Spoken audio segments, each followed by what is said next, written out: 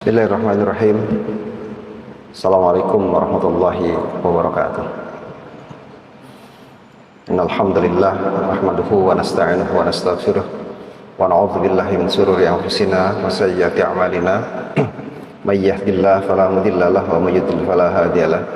Asyhadu an la ilaha illallah wahdahu la syarika lah wa asyhadu anna Muhammadan abduhu wa rasuluhu la nabiyya ba'da. Allahumma salli wa sallim wa barik ala nabiyyina Muhammadin wa ala alihi wa sahbihi ajmain. Amma ba'd. Qala Allah ta'ala fi kitabil karim, a'udzu billahi minasy syaithanir rajim. Wa anfiqu mimma razaqnakum min qabli an ya'tiya ahadukumul maut fa yaqul rabbi law akhartani ila ajalin qarib fa asaddaq wa akum minas salihin. Al-ayah wallahu a'lam. Bapak Ibu hadirin jamaah salat subuh rahimakumullah. Ayat ini memberitahukan kepada kita, maka jika seorang mayat, seseorang yang sudah meninggal, ditanya apa yang diinginkan, maka jawabannya bukan ingin kembali ke dunia ini, ingin pergi umroh begitu, bukan ingin pergi haji, bahkan bukan pula untuk piknik begitu.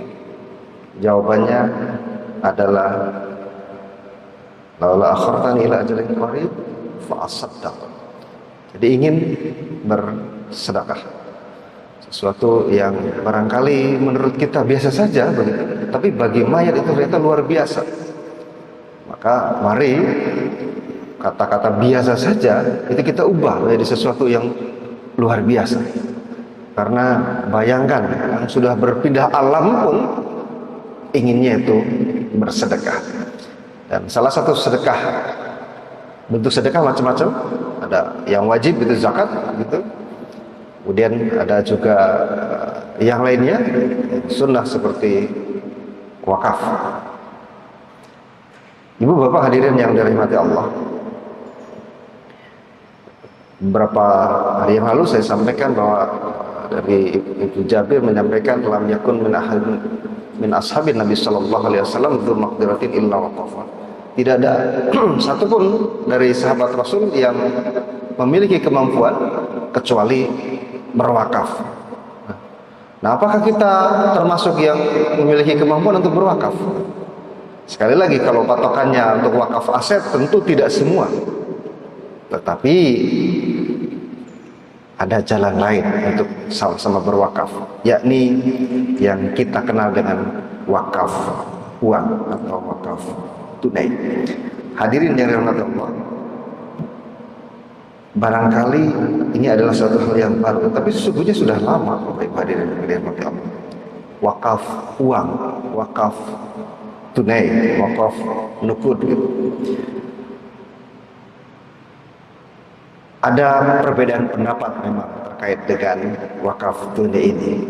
Namun jumhur ulama, khususnya di Majelis Ulama Indonesia, telah menetapkan bahwa wakaf uang itu hukumnya jawaz, boleh.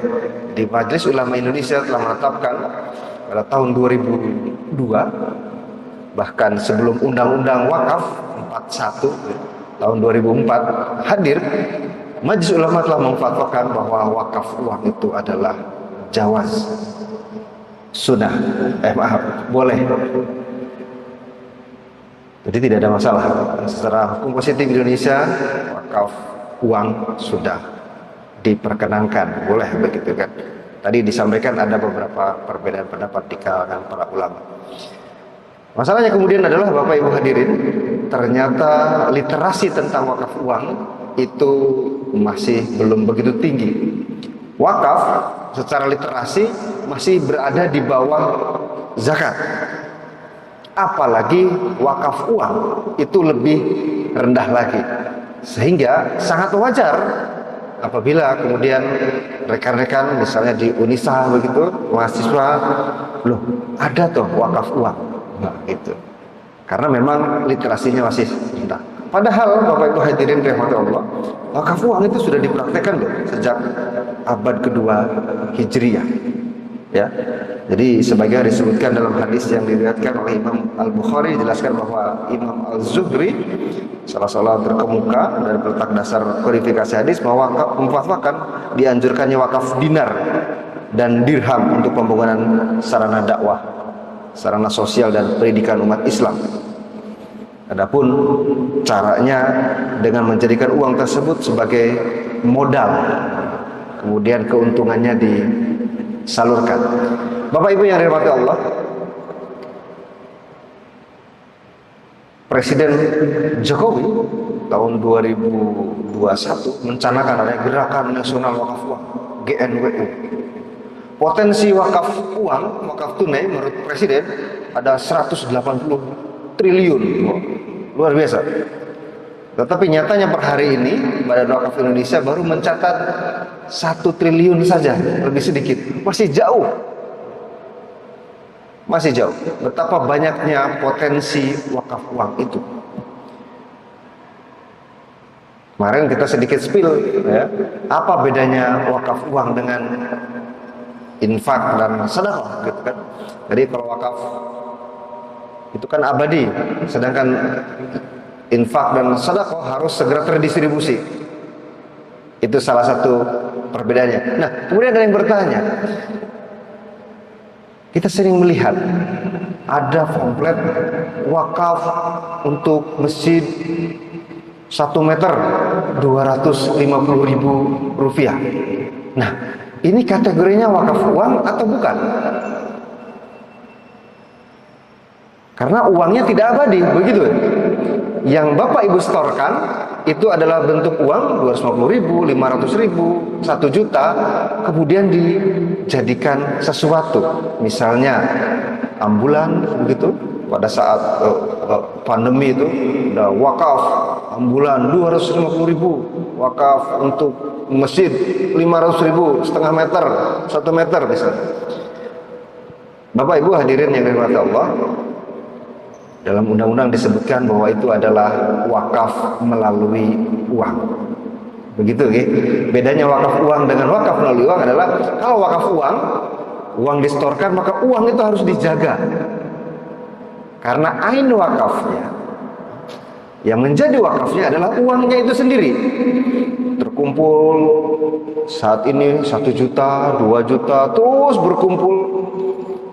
Karena bahasa lain dari wakaf adalah endowment fund, ya, dana abadi. Sedangkan wakaf melalui uang, Bapak Ibu sekalian, itulah yang banyak kita saksikan beberapa waktu belakangan ini. Ada membangun masjid, urunan bahasa gitu, wakaf 250.000, 1 juta, 2 juta, begitu. Maka Bapak Ibu hadirin yang dirahmati Allah, yang menjadi aset wakafnya adalah barang, benda atau aset yang diperjanjikan tersebut. Misalnya untuk membeli tanah yang akan digunakan untuk membangun masjid, maka aset wakafnya bukan uang tersebut, tetapi adalah tanah.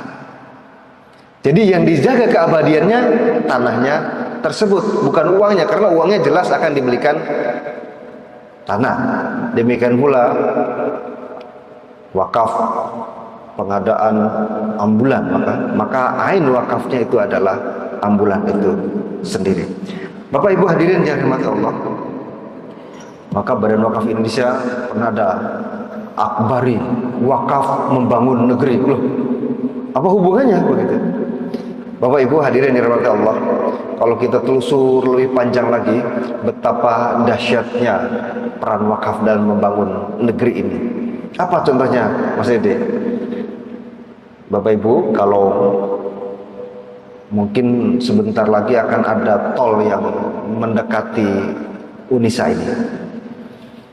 Kalau nggak salah pintunya di Westlake, gitu ya. Westlake. Membangun tol tentu saja perlu dana yang tidak sedikit, dan negara terkadang tidak memiliki dana untuk itu. Maka yang dilakukan oleh negara adalah berhutang. Ah, kita tahu utang luar negeri kita berapa? 6.000 triliun lebih. 1 triliun saja saya belum pernah lihat uangnya ya. Ini 6.000 triliun. Nah, misalnya pemerintah mau membangun tol Jogja Bawen, karena memang tidak memiliki dana tunai saat ini, maka pemerintah akan mengeluarkan surat berharga. Nah, kalau surat berharganya syariah disebutnya sukuk. Firsal sukuk ya, sukuk surat utang syariah, surat berharga negara yang berbentuk syariah, sukuk negara syariah. Tapi kalau sukuk korporasi juga ada. Kemudian pemerintah menerbitkan sukuk itu, lalu para nazir yang mengelola wakaf tunai tadi yang sudah mengumpulkan dari masyarakat, wah ini nazir persyarikatan, kantor layanan Unisa misalnya gitu ya, terkumpul 100 miliar, kan harus diinvestasikan Bapak Ibu, betul gitu ya, karena kita tahu bahwa yang didistribusikan, diberikan kepada wakaf alaih itu adalah hasilnya. Maka nazir dituntut agar mampu mengelola dana yang mereka kumpulkan tersebut sebaik-baiknya. Salah satunya misalnya didepositokan. Oh, deposito kurang bagus hasilnya, Mas Ede, gitu ya. Maka ada tawaran namanya sukuk itu. Jadi pemerintah memerlukan dana untuk membangun tol Jogja Bawen gitu, sekian triliun misalnya, maka kemudian para nazir ini mengambil sukuk tersebut dan nanti akan memperoleh bagi hasil dari pemerintah. Kenapa sukuk? Pertama tentu saja dijamin pemerintah Bapak Ibu ya, sukuk pemerintah ya, sukuk negara. Yang kedua, bagi hasilnya biasanya lebih tinggi dibanding deposito. Jadi nanti ketika ada pemerintah menerbitkan sukuk begitu, maka kemudian para nazir-nazir ini, pengelola wakaf uang mengambil ini, jadi Bapak Ibu secara tidak langsung sudah berperan serta dalam pembangunan nasional. Kemudian nazir ini kan memperoleh bagi hasil dari sini, kemudian digunakan, disampaikan kepada mauquf alaih. Luar biasa, berputar. Lalu apa keuntungannya kalau misalnya sukuk itu menggunakan dana-dana dalam negeri, termasuk dana sukuk begitu ya? Maka dana sukuk, dana wakaf uang misalnya begitu. Pertama tentu saja kemandirian negara akan terjaga. Bapak Ibu, kalau hutang, tahu hutang ya, pasti ada syaratnya. Jadi kalau kita melihat kok di daerah sana ada pekerja-pekerjanya dari mana begitu ya? Ya bisa jadi ketika pemerintah menandatangani utang itu ada perjanjian, nanti pegawainya dari OE gitu ya. Ya apa boleh buat, pemerintah harus mau. Manajernya kah, tenaga ahlinya kah, atau bahkan tenaga kasarnya dari sana. Yang kedua, kalau hutang dari luar negeri Bapak Ibu, maka pada saat pembayaran pokoknya itu tergantung dengan kurs atau bahkan bagi hasilnya.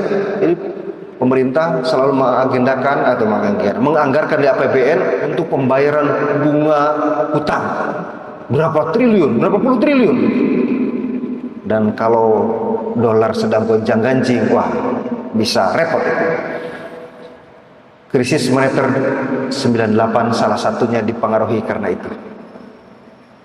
Jadi kalau hutangnya ke dalam negeri, apalagi kepada badan nazir, para pengelola wakaf uang, maka dipastikan tidak ada masalah dengan dolar, tidak ada masalah dengan gonjang-ganjing kurs. Ketiga, Bapak Ibu hadirin, kalau hutang ke luar negeri, maka pemerintah menganggarkan di APBN, dibayarkan, uangnya lari ke luar negeri. Tapi kalau di dalam negeri, maka uang itu pemerintah menganggarkan di APBN, dibayarkanlah kepada para nazir ini, dan uangnya akan menetes di sini.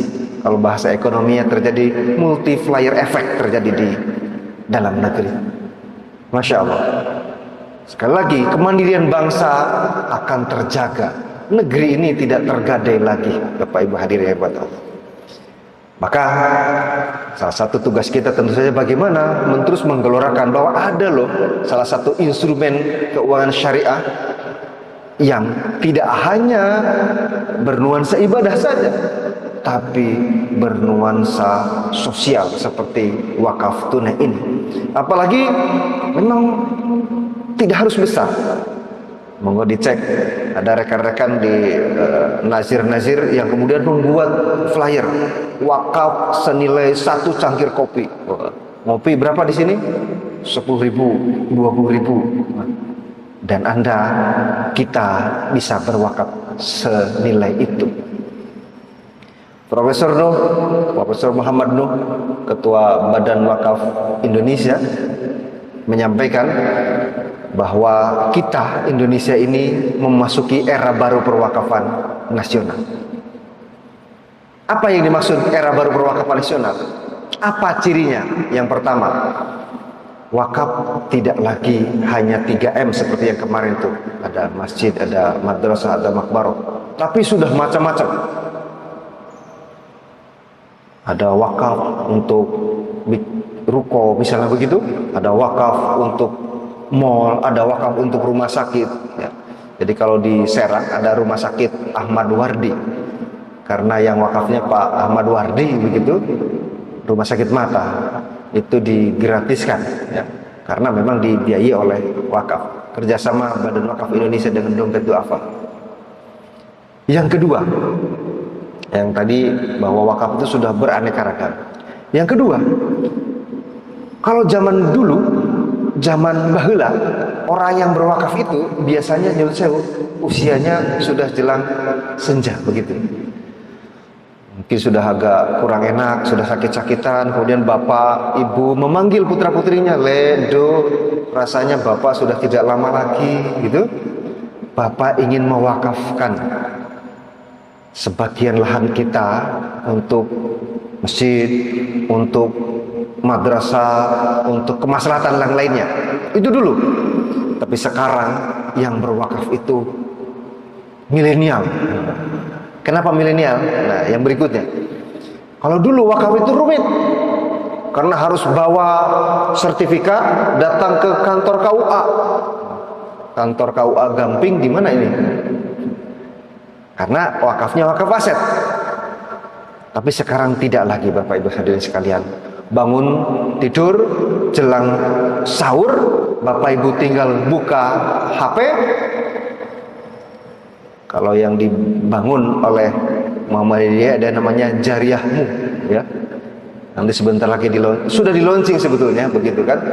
Dicek Jariyahmu atau berkahwakaf.id kalau punya Badan Wakaf Indonesia.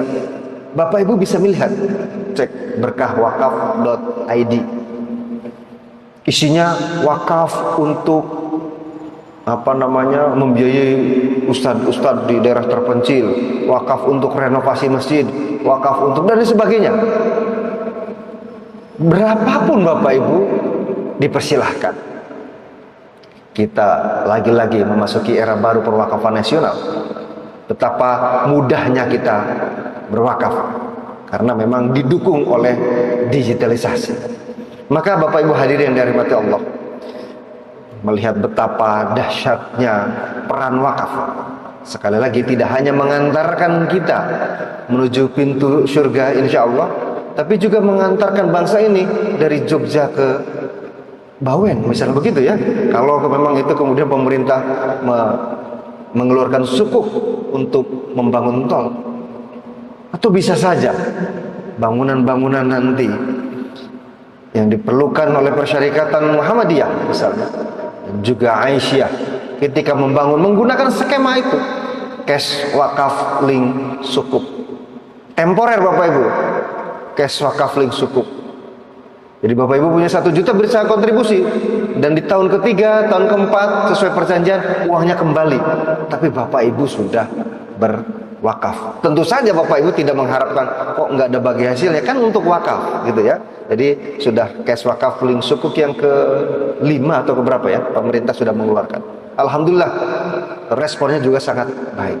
Jadi suatu saat nanti tidak menutup kemungkinan bahwa proyek-proyek pembangunan di negeri ini, di kalangan umat Islam gitu kan, khususnya di persyarikatan, akan dibiayai dengan cash, wakaf, link, sukuk. Unisa menerbitkan sukuk gitu kan. Kemudian Bapak Ibu melakukan wakaf temporer, kemudian bagi hasilnya digunakan untuk kepentingan sesuai yang telah ditetapkan. Masya Allah, mudah-mudahan kita senantiasa diberikan kekuatan oleh Allah Subhanahu wa Ta'ala untuk memiliki rezeki yang lapang, untuk memiliki niat yang tulus, karena sesungguhnya berakal itu tidaklah sulit, tinggal kita mau atau tidak. Nasr bin Allah wa qarib wa basyirul mu'minin. Assalamualaikum warahmatullahi wabarakatuh.